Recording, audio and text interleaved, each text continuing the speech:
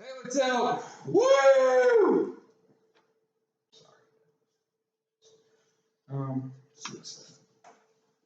So Taylor tilt, first and foremost, we're going to have a flexed knee to relax the gastroc, make sure no tightness, stabilize, and I'm going to bring her into inversion. What we're looking for here is any excess laxity. Now in a neutral position, we're looking for a stretch of the calcaneofibular, but if I was to slightly plantar flex her and do the exact same motion, then we're putting stretch on the calcaneofibular and the anterior talofibular. So on the involved side is eversion.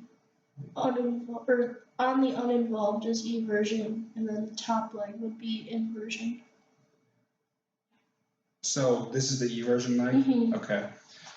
Very important distinction. So uninvolved side.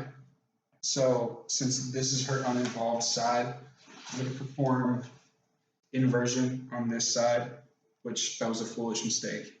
So all of that other stuff still goes though. So in a neutral position, calcaneofibular, in a plantar flex position, calcaneofibular and ATF. Now, on the involved side, we perform eversion, which we don't really tease out the ligaments. If we could, if we wanted to, but for the sake of time, evert, we're looking for excess laxity, damage for the deltoid ligament. Squeeze test. Squeeze test. So for this, we are looking for a syndesmotic ankle sprain. You could potentially detect a fracture with this one too, but that's not what the test is designed for. So you're going to, could you scooch up a little bit more? So how I'm going to do it is, we'll say the pain is down here.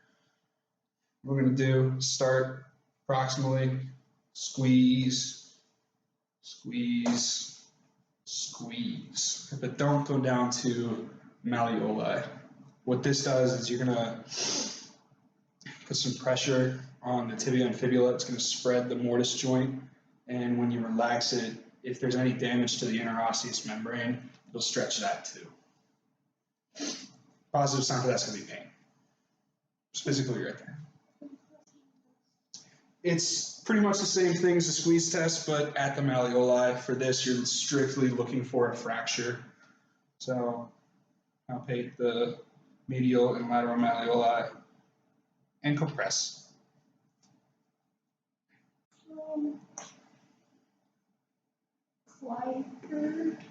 Kleiger's, okay, so that shows it. Kleiger's test, we're looking for damage to the deltoid ligament. So, let's see. So, damage to the deltoid ligament, what we're going to do is I'm going to have her short sit off the table and stabilize at the knee. Maybe, I almost want to go a little bit below the knee just so I don't do a lot of moving down here. So, stabilize on the lateral side as you're going into eversion with this motion. So, you're going to bring them into dorsiflexion and then eversion to put that deltoid ligament on stretch. So, right from the dorsiflexion and then eversion with that deltoid ligament. So we're looking for damage on the medial side of your ankle, right there. Positive test is going to be excess laxity and pain. Before I do this, a Kleiger's could also detect a syndesmotic. Yes. Thompson test, we're looking for an Achilles tendon rupture. Now, if you have big hands, you can use one hand, but that also depends on the size of a person's calves. Calves are pretty big, so I'm still going to use two hands. And what we're looking for that dorsiflexion right there. So that tells me that the Achilles tendon is still intact. Or plantar flexion, Jesus, yeah. Looking for plantar flexion, that thing that the gastroc and soleus do, not dorsiflexion. Who would ever say that? Not this guy. Continue. Do I want to do Shane's test since I'm already? Can you show me this? That's palpating the Achilles.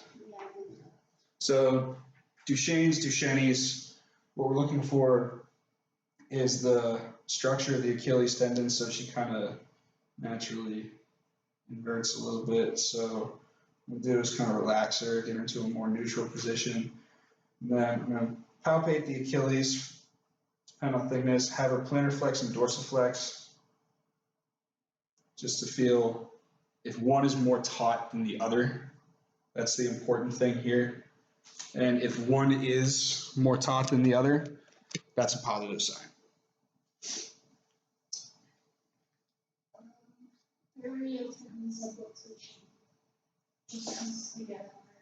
So for this, you're going to palpate. Can I use this thing? No, you're good.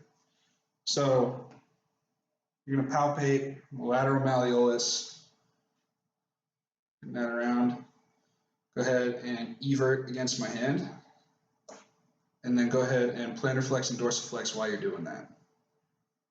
Now what you should feel is the perineal tendon flipping, and I actually do feel that on this side, so I have a positive test. I felt it clicking. Well, I mean, I'm assuming that's what that is. That's my right, though. That's why I'm confused. We call her Paige the Broken. Only the left side. Only any side. Because isn't that the side that your hip's bothering you? No, it's all on my left. No. Just split you right down the middle and we'll get you a new left side. Figure 8 measurement for swelling.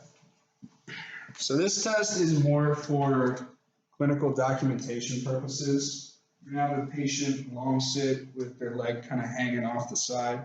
You're doing a figure 8 measurement similar to like an ankle taping. So start right there, bring it around. Be sure to cross the 0. And then pull it tight. So I'm getting a measurement of about 54 centimeters. Now, the positive sign for this is you measure bilaterally, and if there is a measure of 2 centimeters difference between the two sides, that's a positive.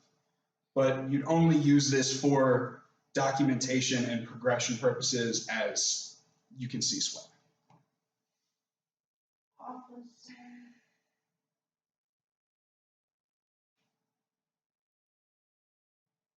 I'm gonna blank on this one. Ooh.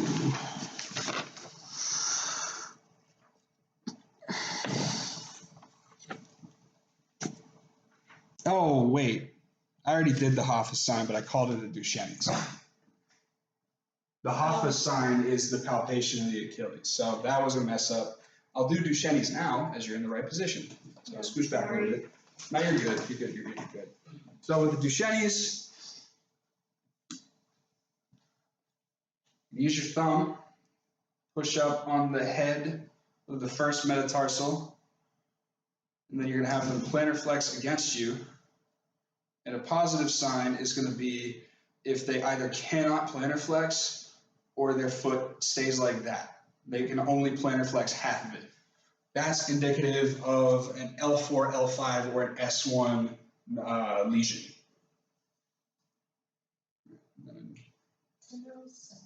Tunnel sign. Keep this like up. Post it up. So tunnel sign, you're going to the more superficial nervous innervations of the foot. So you got one right up here. You just percuss. Right. Then there's another one right here. Percuss. Now, if you feel paresthesia or the pins and needles running down when you do the percussion, that means that the nerve is impinged or compressed in some fashion. So if I had to assign a pathology to this, I'm going to give it tarsal tunnel syndrome because you're definitely going to get a positive tunnel sign if that's what you have. And that's right here with the TDH complex. What else? I think our last one is Holman sign. Holman sign. So for this one, I'm going to passively dorsiflex And a positive sign is going to be pinpoint pain right in the muscle belly of your calves. So like right between the two heads, what that's indicating is a deep vein thrombosis. That's part 2.